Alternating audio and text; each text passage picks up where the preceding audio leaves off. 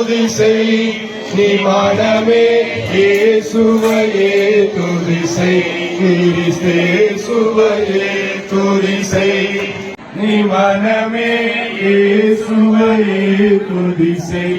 குமாரன் பரிசுத்தாவின் நாமத்தினாலே தமிழகத்திற்குள் தர வேண்டும் என்று வேண்டுகின்றோம். வருகின்றவர்கள் அன்பை பெரியவர் சிறியவர் அனைவரையும் ஆண்டவர் ஆசீர்வதிக்க வேண்டும் என்று கணித்திருக்கிறோம்.